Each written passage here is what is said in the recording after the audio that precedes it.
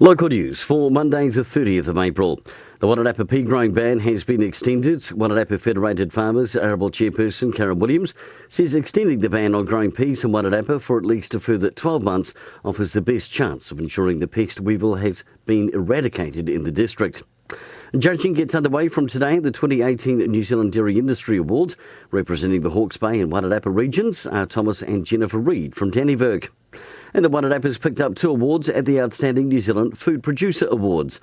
Homegrown farm fresh meats have won for their gourmet whole lamb box, and Clearville Bakery have also been named champion for their sourdough. Snapper cards also come into effect today on all transit Metlink buses. And in sport, at club rugby from the weekend, Gladstone had a 54-19 win over East Coast. Martinborough beat Ekarahuna 42-24. Greytown won 74-12 over Marston and Red Star, and Carterton beat Marist 81-17. For local news, I'm Brent Gare.